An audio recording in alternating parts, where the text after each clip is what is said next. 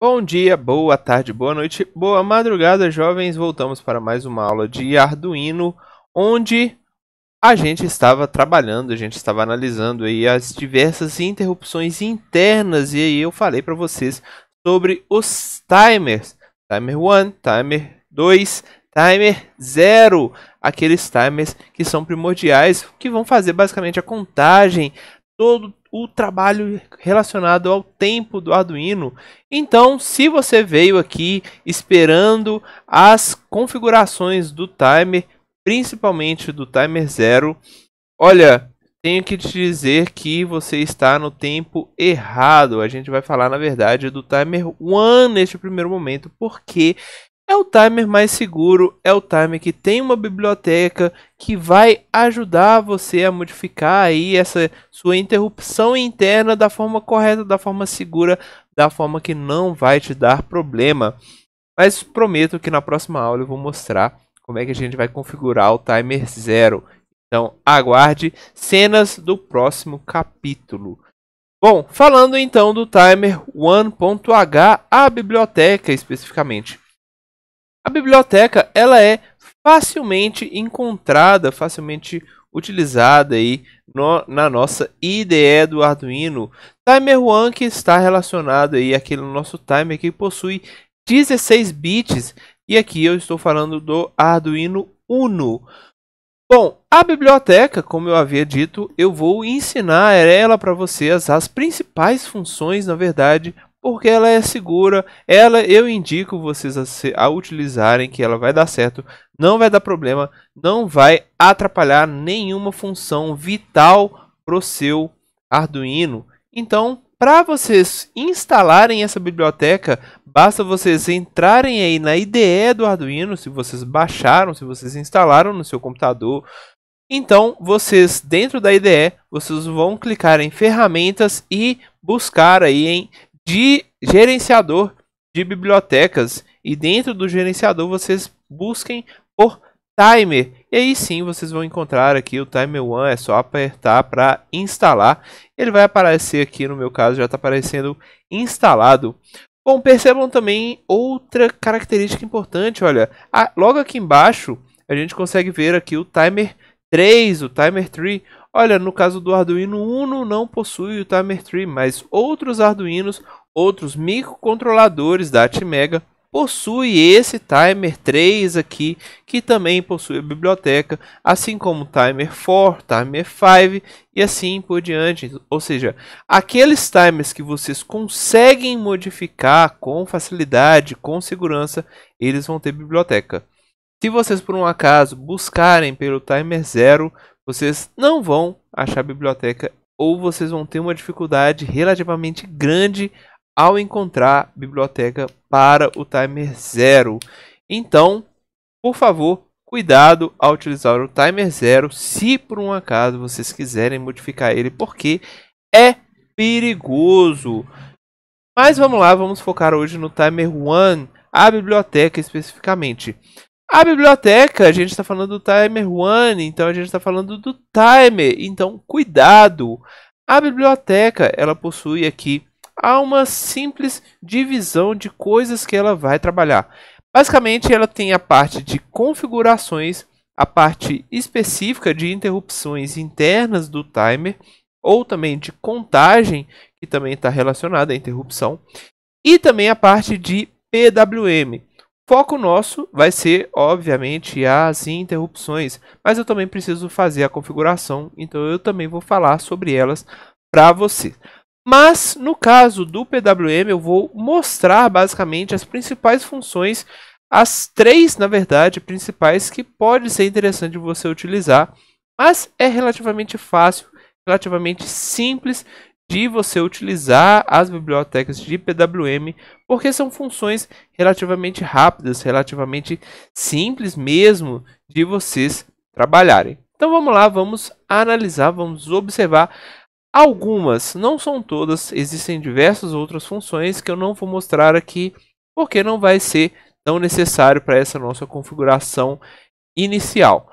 Bom, aqui eu mostro para vocês então as duas principais informações aqui, principais funções do Timer1.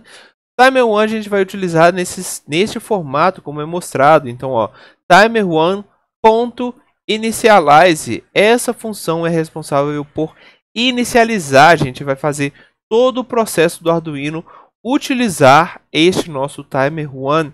E o Timer1 vai ser utilizado aqui com um período que vai ser definido por nós mesmos. Então, se por um acaso a gente falar, olha, cria um timer aí que vai contar simplesmente 2 segundos, ele vai criar, ele vai fazer essa contagem normal, super tranquilo, sem muito problema. Agora, se por um acaso vocês quiserem também modificar esse período, modificar aquele tempo que ele está contando, vocês precisam, obviamente, inicializar, mas também tem a possibilidade de setar aqui ó, um set de um novo período desse nosso Timer1. Então, neste nosso novo período, a gente vai basicamente falar qual que é o novo período. Então, se a gente quiser 1 segundo, 2 segundos, ou meio segundo, 500 milissegundos, ou 5 milissegundos, tudo isso é possível aqui nessa configuração. Mas, além disso, a gente tem também funções de interrupção. Funções de interrupção, olha, mesma função que a gente já utilizou na interrupção externa. Então, ou seja, não tem tanta diferença para essas nossas interrupções. No caso do Timer1, a gente vai utilizar Timer1.attachInterrupt. Mesma lógica, onde neste caso a gente só precisa falar qual que vai ser a função, porque ele possui os dois modos de operação, overflow ou basicamente fazer uma comparação. Tudo isso vai ser já automaticamente calculado, então a gente precisa só passar qual que vai ser a função que vai indicar aí essa interrupção, porque o pino não existe nesse caso, é uma interrupção interna que a gente está falando. Que eu mostro também a função detach, ou seja, retirar, quebrar aquele link que tem entre interrupção e função. Existe também esta possibilidade dentro da biblioteca timer1.h. E aqui, como eu havia dito, mostro para vocês também algumas das funções de PWM. Afinal de contas, o PWM está sendo utilizado, está sendo criado a partir desse Timer1. Então, Timer1.pwm, a gente vai falar qual que é o pino que a gente quer criar, é este PWM. E o Dutch Cycle, que a gente já sabe como é que funciona. Se por um acaso vocês quiserem também modificar o Dutch Cycle, tá aqui ó, a função também disponível no Timer1 na biblioteca. E também mostro, assim como a gente tem a possibilidade de quebrar a interrupção, interromper ela, a gente também pode desabilitar o PWM de um pino, caso seja interessante aí no projeto que você está desenvolvendo.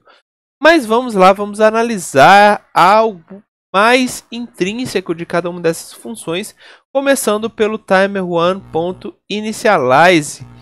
Olha, ela não somente vai criar, ela também vai fazer todo o processo de inicialização do Timer1. Ela vai criar, vai fazer a contagem, vai modificar todo o Arduino para ele ficar preparado para fazer essa contagem do Timer1. Ou seja, se você precisa utilizar timer, faça essa função, utilize essa função, porque ela é primordial. Se por um acaso você simplesmente setar um período sem inicializar, não vai dar certo. O set período só modifica a contagem mesmo. E no caso, como eu havia dito também, o attach interrupt, onde a gente vai trabalhar da mesma forma que a função externa, que as funções de interrupção externa. Neste caso, a gente só precisa indicar lá para o nosso Arduino qual que é a função. Simples assim, muito fácil, sem muita complicação. Por fim, gostaria de mostrar para vocês aqui um código super simples, super prático, que vai ser utilizado aí também como exemplo do próprio Arduino, onde eu fiz somente algumas modificações para reduzir, para simplificar mesmo esse código. Então percebam que eu basicamente inicializei o Timer1 para fazer ele contar aí um segundo, e ele vai ativar essa interrupção dentro da função Blink LED, onde dentro da função Blink LED a gente faz algo rápido, não gasta tempo, não demanda muito tempo dentro dessa função.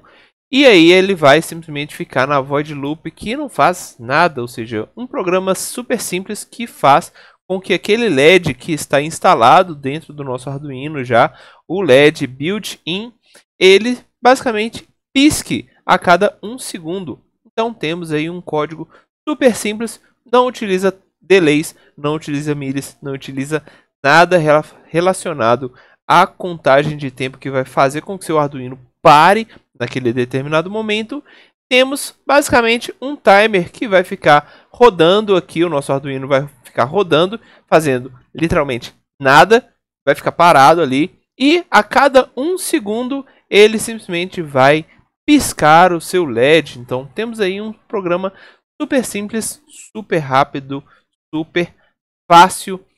Por favor, novamente, copiem, desenvolvam, analisem esse código, porque somente assim vocês vão conseguir de fato entender a lógica por trás do Timer One. Utilizem também, porque ele é sim seguro. Próximas aulas a gente vai começar a ter coisas um pouquinho mais complicadas. Valeu, gente, até a próxima.